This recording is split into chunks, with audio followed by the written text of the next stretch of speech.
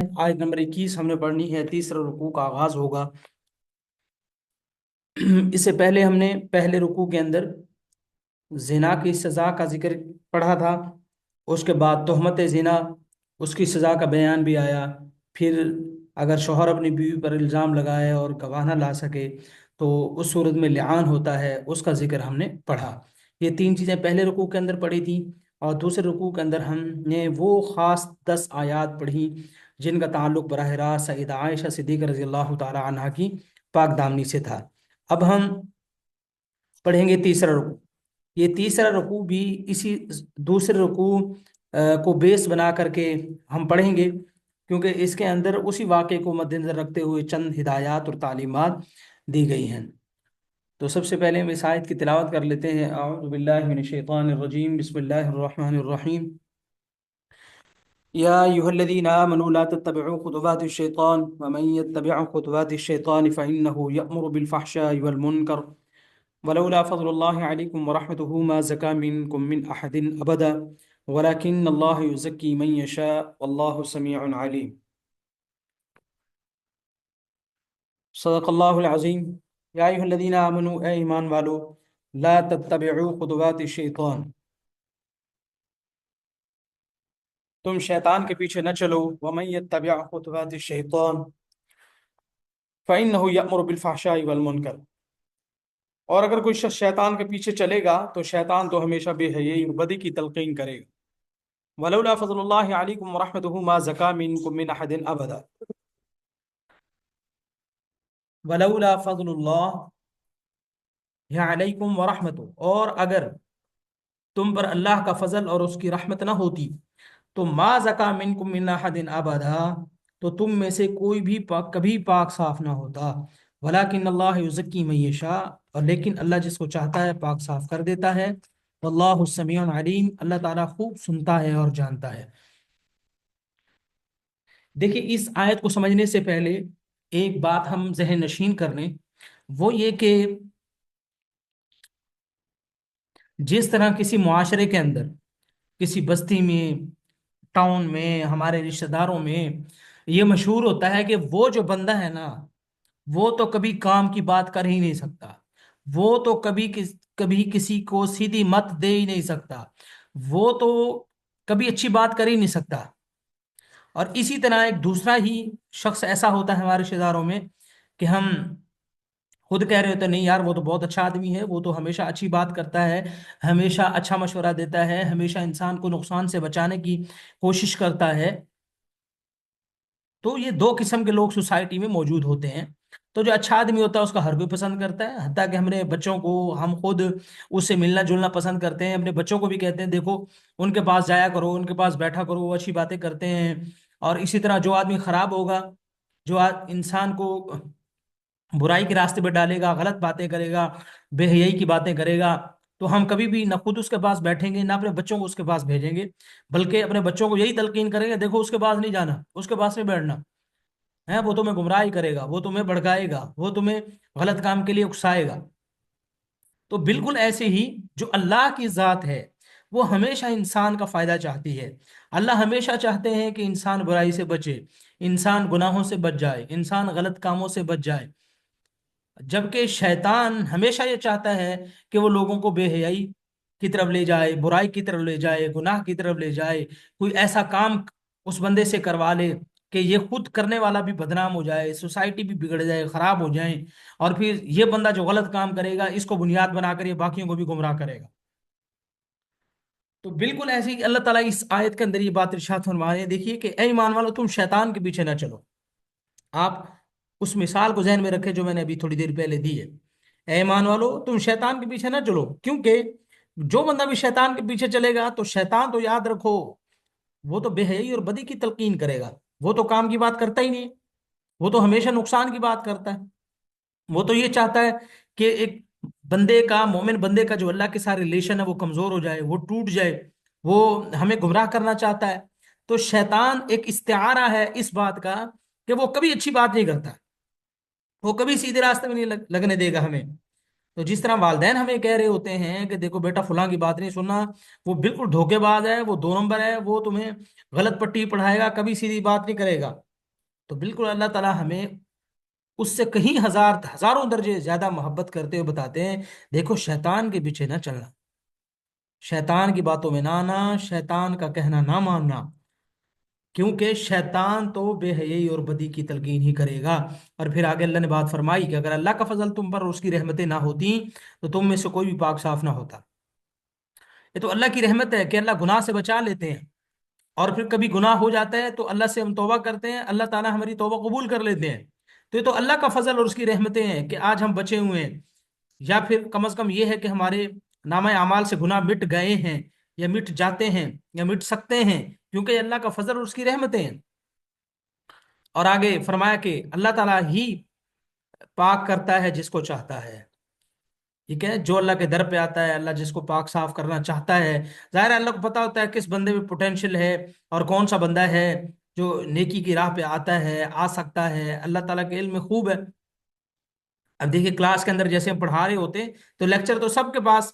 ایک جیسا ہی پہنچتا ہے، استاد محترم جو کلاس میں پڑھاتے ہیں وہ سب کو ایک جیسا ہی پڑھاتے ہیں، لیکن استاد جان رہا ہوتا ہے کہ کون سا بچہ ہے کہ اگر اس کو تھوڑی سی مزید اس کے اوپر محنت کی جائے یا اس کو موقع دیا جائے تو یہ نیکی کی طرف آئے گا، یہ اچھائی کی طرف آئے گا، محنت کی طرف آئے گا۔ اور اگر اس سے کوئی غلطی ہو گئی ہے تو ہم کلاس کے اندر بعض اوقات یہ کر رہے ہوتے ہیں، ایک بچہ اچھا ہوتا ہے، اس سے کوئی چھوٹی بہت غلطی ہو گئی تو ہم نظر انداز اس لیے کر جاتے ہیں کہ نہیں،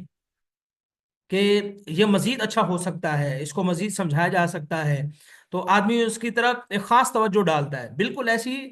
لوگوں میں سے جو پھر ایسے لوگ ہوتے ہیں، نیک لوگ ہوتے ہیں، صاف دل کے ہوتے ہیں، جو محنت کرتے ہیں، کوشش کرتے ہیں، تو اللہ تعالیٰ بھی پھر ان کے گناہوں کے باوجود انہیں پھر موقع دیتا ہے، وہ توبہ کرتے ہیں، وہ اللہ کی طرف پھر لپکتے ہیں، بڑھتے ہیں، تو اللہ تعالیٰ پھر ان کو پاک صاف کرتا ہے۔ اور جو دوسرے طرح کے ہوتے ہیں، ظاہر ہے اللہ تعالیٰ جتنے ان کو موقع دے دے، وہ مجال ہے کہ وہ آتے ہی نہیں توبہ کی طرف، ہدایت کی طرف، نیکی کے راستے کی طرف، تو لیکن اللہ جس کو چاہتا ہے پاک صاف کر دیتا ہے۔ تو اس لیے ہمیں اللہ سے دعا کرنی چاہیے کہ اللہ ہمیں بھی ان لوگوں میں شامل فرمائے جن کو اللہ تعالیٰ پاک صاف کر دیتا ہے۔ اور آگے اللہ تعالیٰ ہر چیز سنتا ہے، ہر چیز جانتا ہے، اللہ تعالیٰ ہر چیز سن رہے ہیں۔ اب اس واقعے کے پس منظر میں اس کو دیکھیں، اس آیت کو سمجھیں کہ وہ لوگ جو الزام لگا رہے تھے سیدہ عائشہ صدیقہ رضی اللہ تعالی عنہا پر، تو کون کون کیا کیا باتیں کر رہا تھا، تو اللہ تعالیٰ فرماتے ہیں اللہ خوب سنتا ہے۔ اس طرح ہم اپنے معاشرے میں دیکھیں ہم کیا کیا کہہ رہے ہوتے ہیں کسی کسی کے بارے میں، جس کے بارے میں جو بات بھی کر رہے ہوتے ہیں تو اللہ خوب سن رہے ہوتے ہیں، علیم اللہ خوب جانتے ہیں ہم زبان کے کیسے ہیں، ہم دل کے کیسے ہیں، ہم اچھے لوگ ہیں برے ہیں، اللہ کو خوب علم ہے ہر چیز کا۔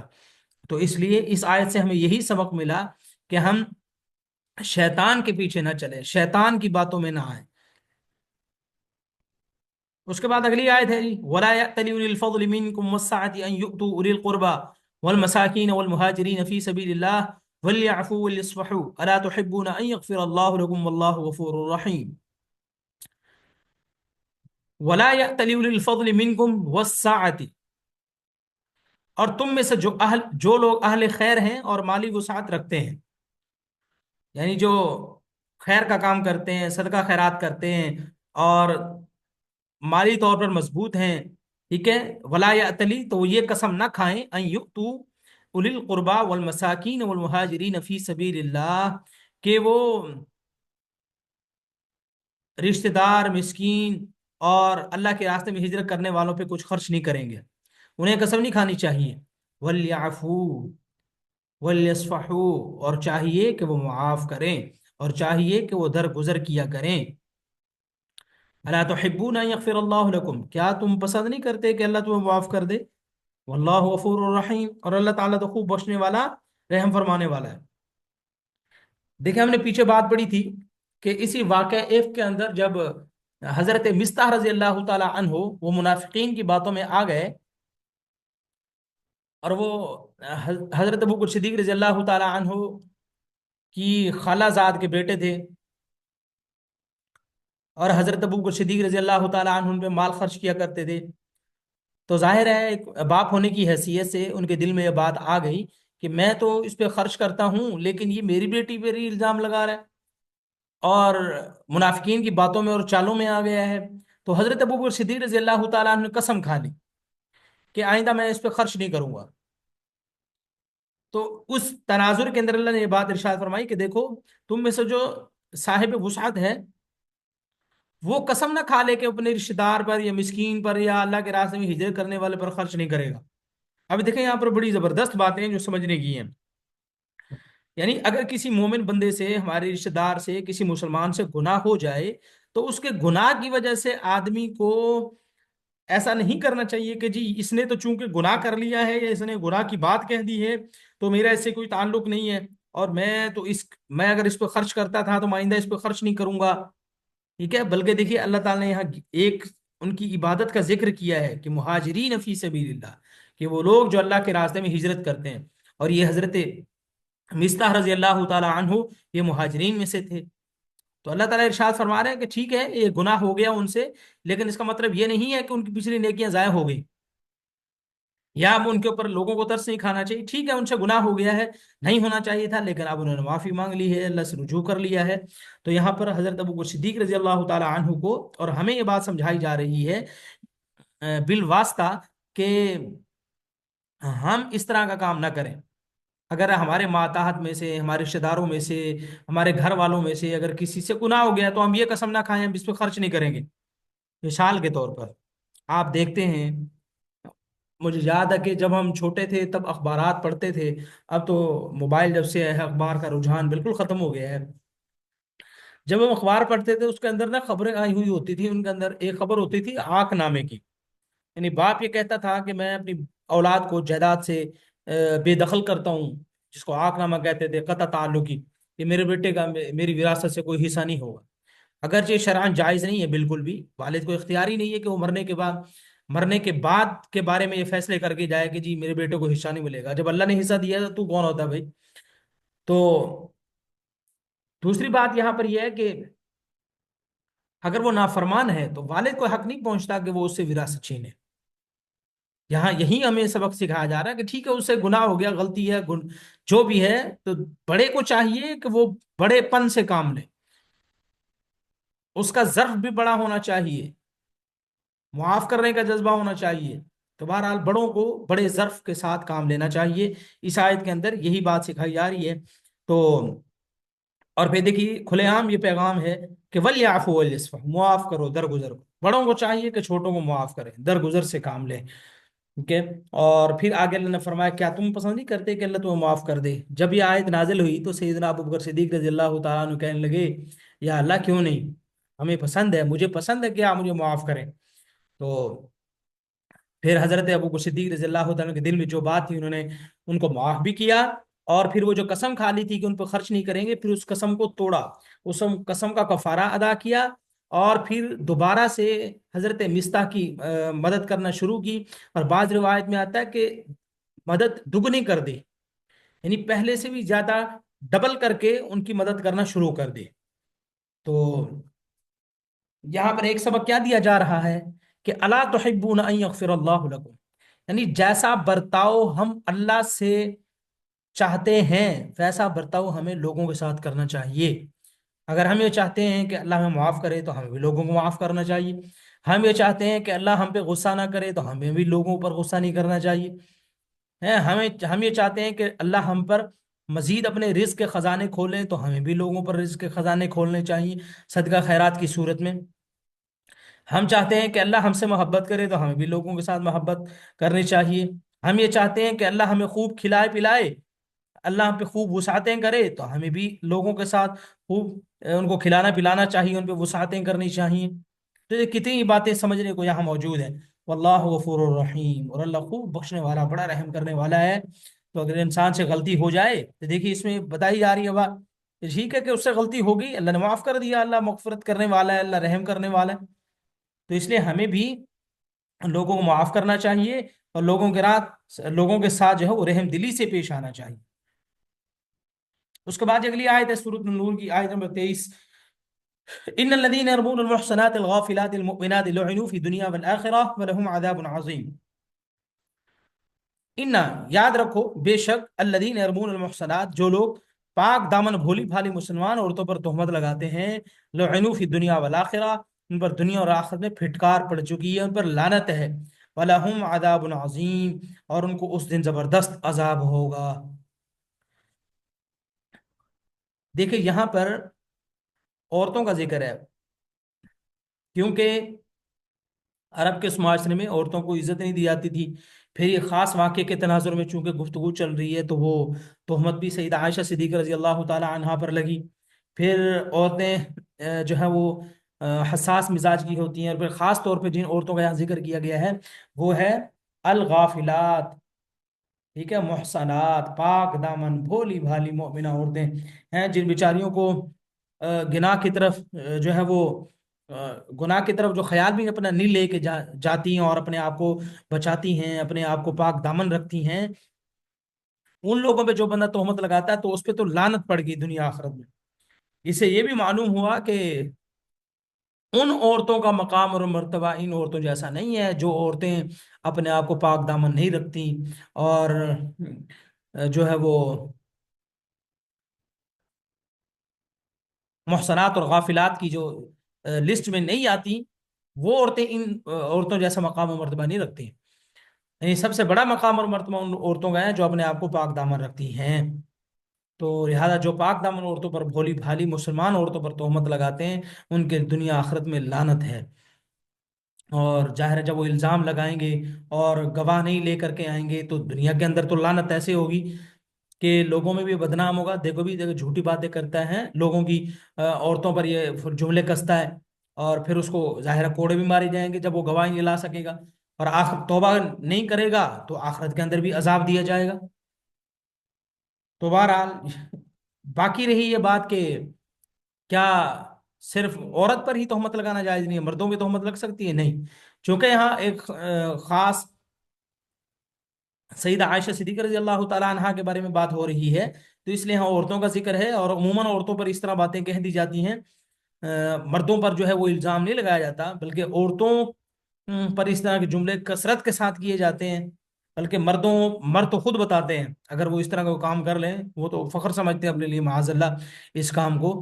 تو اس لیے یہاں پر عورتوں کا خاص طور پہ ذکر کیا گیا ہے، ورنہ جس طرح عورت پہ تہمت لگانا جائز نہیں ویسے مرد پہ بھی تہمت لگانا جائز نہیں ہے. اور آگے اللہ نے یہ بھی بتا دیا وَلَهُمْ عَذَابٌ عَظِيمٌ، اور اس دن یعنی قیامت کے دن ان لوگوں کو زبردست عذاب ہوگا.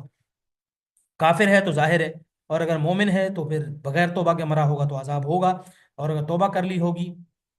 تو ظاہر ہے پھر اللہ تعالیٰ معاف فرما دیں گے. اس کے بعد سورۃ النور کی آیت نمبر 24 ہے یوم تشہد علیہم السنتہم وایدیہم وارجلہم بما کانوا یعملون، کہ یوم جس دن تشہد علیہم گواہی دیں گے،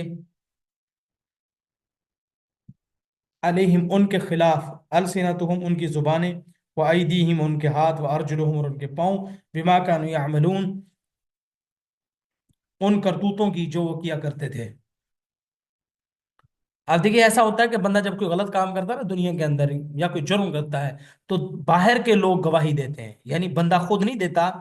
کوئی اور گواہی دیتا ہے. جبکہ قیامت کے دن ایسا ہوگا کہ جب بندے نے جو غلط کام کیے ہوں گے دنیا میں ان کی گواہی اللہ کسی دوسرے بندے سے نہیں لیں گے، بلکہ خود اس کی زبان کہے گی کہ یا اللہ بالکل اس نے گناہ کیا تھا. خود ہاتھ کہیں گے، پاؤں کہیں گے کہ اللہ واقعی اس نے گناہ کیا تھا. تو اس سے بڑی شرمندگی اور کیا ہوگی کہ ہم کوئی اور کچھ کہے نا تو ہم کہہ سکتے ہیں جی جھوٹ بول رہا ہے، میرے اوپر الزام لگا رہا ہے، نہیں نہیں ایسے بات ہے ہی نہیں، میں نے تو ایسے کہا ہی نہیں ہے. ہم منہ پہ منہ کر سکتے ہیں، انکار کر سکتے ہیں، لیکن قیامت کے دن اللہ تعالیٰ دوسرے بندے سے نہیں پوچھیں گے، اس کی زبان کو کہیں گے ہاں تو بتا، اس کو ہاتھ کہیں گے تو بتا، پاؤں کہیں گے تو بتا. تو خود انسان کی زبان انسان کے خلاف بول رہی ہوگی، اور انسان کے بس میں نہیں رہے گی انسان کی زبان. بندہ کہے گا یہ اس کو کیا ہو گیا بھائی، میں تو یہ کہنا ہی نہیں چاہتا لیکن یہ زبان ہے کہ سچ بتائی جا رہی ہے. تو اللہ تعالیٰ فرماتے ہیں کہ اس لیے اپنی زبانوں کو، ہاتھوں کو، پاؤں کو جو ہے وہ غلط استعمال نہ کرو. پاؤں کسی غلط کام کی طرف نہ بڑھیں، ہاتھ کسی ناجائز کام کی طرف نہ بڑھیں، زبانیں جو ہیں وہ کسی غلط کام کی طرف نہیں بڑھنی چاہیے. تو لہٰذا ہماری زبانوں سے کسی پہ تہمت نہیں لگنی چاہیے، ہمارے ہاتھوں سے کسی کو تکلیف نہ پہنچے، ہمارے پاؤں سے کسی کو تکلیف نہیں پہنچنی چاہیے. آگے آیت نمبر 25 ہے یوم دین یوفیہم اللہ دینہم الحق ویعلمون ان اللہ هو الحق المبین. اس دن اللہ ان کو وہ بدلہ پورا پورا دے دے گا جس کے وہ مستحق ہیں. ٹھیک ہے، قیامت کے دن اللہ ہر چیز کا بدلہ پورا دے گا. یعنی دنیا میں نہ تو نیکی کا انعام پورا ملتا ہے اور نہ بدی کی سزا پوری ملتی ہے. نیکی کا پورا انعام جنت میں ملے گا اور بدی کی پوری سزا جہنم میں ملے گی. تو اس دن وہ اللہ تعالیٰ بندوں کو پورا پورا بدلہ دے دے گا. ٹھیک ہے، جس کے وہ مستحق ہیں، وَيَعْلَمُونَ، اور ان کو پتہ چل جائے گا، ان اللہ هو الحق المبین، کہ اللہ ہی حق ہے اور وہی ساری بات کھول دینے والا ہے، کہ اس نے آج ساری باتیں کھول دی ہیں، سارے راز کھول گئے، سب حقیقت، سب تفصیل، تمام معاملات سب کے سب سامنے آ گئے۔ اس کے بعد آیت نمبر 26، جو کہ آج کے ہمارے سبق کی آخری آیت ہے، والخبیثات للخبیثین والخبیثون للخبیثات والطیبات للطیبین والطیبون للطیبات اولئک مبرؤون مما یقولون لهم مغفرۃ ورزق کریم۔ والخبیثات للخبیثین، گندی عورتیں گندے مردوں کے لائق ہیں، والخبیثون للخبیثات، اور گندے مرد گندی عورتوں کے لائق ہیں، والطیبات للطیبین، اور پاک باز عورتیں پاک باز مردوں کے لائق ہیں، والطیبون للطیبات، اور پاک باز مرد پاک باز عورتوں کے لائق ہیں، اولئک مبرؤون مما یقولون، اور یہ پاک باز مرد اور پاک باز عورتیں ان باتوں سے بالکل پاک ہیں، مبرہ ہیں جو یہ لوگ بنا رہے ہیں، لہم مغفرت و رزق کریم، ان پاک بازوں کے حصے میں تو مغفرت ہے اور عزت کی روزی ہے۔ یہاں اللہ تعالیٰ ایک عمومی مزاج کی بات کی ہے، وہ عمومی مزاج کیا ہے؟ وہ عمومی مزاج یہ ہوتا ہے کہ جو خود آدمی پاک دامن پاک خیالات کا آدمی ہوتا ہے، وہ اسی طرح کی عورت سے شادی کرنا چاہتا ہے۔ تو جو نیک آدمی ہوگا وہ یہ چاہے گا وہ جس عورت سے شادی کرے وہ نیک ہونی چاہیے ہے۔ وہ بندہ جب خود یہ سمجھتا ہے کہ میں نظریں جھکا کے رکھوں، میں بدنظری نہ کروں، اور میں کسی عورت سے تعلق نہ بناؤں ناجائز، تو ظاہر ہے وہ یہ پسند کرے گا کہ میں جس عورت کو لے کے آؤں تو وہ بھی ایسی ہو، پاک دامن ہو، وہ بھی ناجائز کاموں سے دور ہو۔ تو اس طرح یعنی پاک باز مرد اپنے لیے پاک باز عورت کا انتخاب کرتا ہے، اور پاک باز عورتیں بھی اپنے لیے پاک مردوں کا انتخاب کرتی ہیں۔ اور جو ہوتے ہیں، جو سمجھیں لبرل قسم کے لوگ ہیں، جو خود اپنی بیویوں کو لے کر کے محفلوں کے اندر پھرتے ہیں، یا آپ ان کو یوں کہہ لیں کہ آج کل جیسے ولاگنگ ہو رہی ہے، تو اس میں خود شوہر جو ہے وہ اپنی بیوی کی نمائش کر رہا ہے، اور وہ گھر کے سارے کام حتیٰ کہ بیڈ روم اور سب کچھ جو ہے وہ لوگوں کے سامنے دکھا رہا ہے۔ اب تو اس کو باقاعدہ کمپین چل رہی ہے، ڈاکٹر عفان کیسر جو ملتان والے ہیں وہ باقاعدہ اس کے اوپر ویڈیوز بناتے ہیں۔ مجھے تو زیادہ دیکھنے کا موقع نہیں ملتا، کبھی مطلب اس کا فیس بک پہ خود سے ان کی ویڈیو سامنے آ گئی۔ تو جو بندہ جس مزاج کا ہوگا وہ اس مزاج کی عورت کو پسند کرے گا۔ جو اچھا آدمی ہوگا وہ اچھی عورت کو پسند کرے گا، اچھی بیوی کو پسند کرے گا، اور ظاہر ہے جو لبرل قسم کا ہوگا، جس کا جو چاہتا ہی ہوگا بس میرا اس عورت سے بھی ریلیشن بن جائے، اس سے بھی تعلق بن جائے، اس سے بھی تعلق بن جائے، اور اس سے بھی زنا کر لوں، اس سے بھی کر لوں۔ ظاہر ہے جو بندہ جس طبیعت کا ہوگا وہ ایسی عورت تلاش کرے گا، اس طرح جو عورت جس طبیعت کی ہوگی وہ بھی بندہ ویسا ہی تلاش کرے گی۔ تو یہاں پر یہ عمومی مزاج کا ذکر کیا گیا ہے، ٹھیک ہے۔ تو دوسری بات یہاں پر سمجھنے کی یہ ہے کہ ایسا تو ہو سکتا ہے کہ کسی نبی کی بیوی کافر ہو، لیکن ایسا نہیں ہو سکتا کہ کسی نبی کی بیوی زنا کرتی ہو۔ یہی وجہ ہے کہ آپ کو حضرت نوح علیہ السلام اور حضرت لوط علیہ السلام کی بیویوں کے بارے میں قرآن میں ہی تذکرہ ملے گا کہ وہ کافر تھیں، لیکن وہ زنا نہیں کرتے تھیں۔ یعنی زنا کرنا ایک الگ چیز ہے اور کفر ایک الگ چیز ہے۔ پاک دامن ہونا اور چیز ہے، جیسے کہ آپ نے سنا ہوگا کہ حضرت خدیجہ رضی اللہ تعالی عنہا کا ایک جو لقب تھا وہ طاہرہ بھی تھا۔ یعنی جس وقت وہ اسلام بھی نہیں لائی تھی تب بھی وہ عرب کی سوسائٹی میں سب سے زیادہ پاک دامن عورت خیال کی جاتی تھیں۔ تو پاک دامنی کا تعلق کوئی صرف اس سے نہیں ہے کہ ایک بندہ مسلمان ہو، بہت سے کافر بھی پاک دامن ہوتے ہیں جو ناجائز ریلیشن کو غلط سمجھتے ہیں، اسی طرح ایسے مسلمان بھی ہوتے ہیں جو بالکل پاک دامن نہیں ہوتے۔ تو پاک دامنی ایک الگ چیز ہے۔ تو یہاں پر یہی بتایا جا رہا ہے کہ اللہ تعالیٰ انبیاء کے لیے جن عورتوں کا انتخاب کرتا ہے وہ پاک دامن ہوتی ہیں۔ یہ جو منافقین الزام لگا رہے ہیں، تہمتیں لگا رہے ہیں کہ نبی کریم صلی اللہ علیہ وسلم کی بیوی نے معاذ اللہ جو ہے وہ کوئی غلط کام کیا ہے، تو اللہ تعالیٰ فرماتے ہیں غلط ہے۔ اللہ تعالیٰ کسی نبی کے انتخاب کے لیے کسی ایسی خاتون کا انتخاب نہیں کرتا جو کہ زنا جیسے گناہ کے اندر ملوث ہو، ایسا نہیں ہے۔ بلکہ سیدہ عائشہ صدیقہ رضی اللہ تعالیٰ عنہ کے بارے میں تو آتا ہے کہ رسول اللہ صلی اللہ علیہ وسلم نے ارشاد فرمایا کہ حضرت جبریل نے انہیں سیدہ عائشہ صدیقہ رضی اللہ تعالیٰ عنہ کی تصویر جو ہے وہ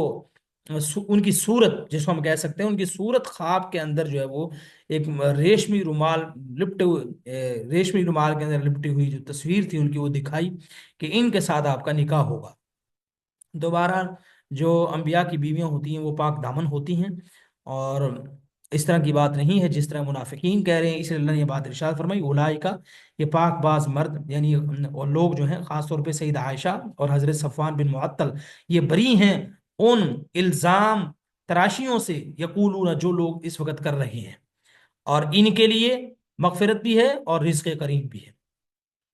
تو یہاں پر یہ بات آ گئی، باقی اس کے اندر یہ مطلب نہیں ہے، بہت سے لوگ یہ آیتیں پڑھتے ہیں والخبیثات للخبیثین والخبیثون، ایسا ہو سکتا ہے کہ عورت نیک ہو اور بندہ شوہر گناہ گار ہو، ایسا ہو سکتا ہے کہ شوہر نیک ہو بیوی گناہ گار ہو، یہ ایک الگ چیز ہے، لیکن یہاں ایک عمومی مزاج کا ذکر کیا گیا ہے کہ بندہ نیک ہوگا تو وہ نیک عورت کو ہی پسند کرے گا۔ ایسا آپ نہیں دیکھیں کہ کوئی بندہ خود بالکل حد درجے کا نیک متقی پرہیزگار انسان ہے، وہ کہ یہ کہے کہ میں کسی لبرل قسم کی عورت سے شادی کروں گا، یا ایسی عورت جو بالکل نیک ہو، پاک پارسا عورت ہو، وہ یہ کہے کہ نہیں میں تو لبرل قسم کے آدمی سے شادی کرنی ہے، ایسا نہیں ہوتا۔ بندہ جس طبیعت کا ہوتا ہے ویسی طبیعت کی عورت رکھتا ہے، تو نبی کریم صلی اللہ علیہ وسلم خود پاک طبیعت کے ہیں، تو انہوں نے پاک طبیعت کی عورتوں کا ہی انتخاب کیا ہے، ایسا نہیں ہے یہ منافقین بری طبیعت کے ہیں،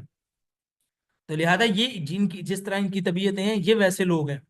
تو لہذا یہ تو پاک دامن عورت ہیں، ازواج مطہرات جو ہیں۔ تو یہاں تک جو ہے آج کا سبق ہمارا ختم ہوا، آیت نمبر 26 تک، انشاءاللہ اس سے آگے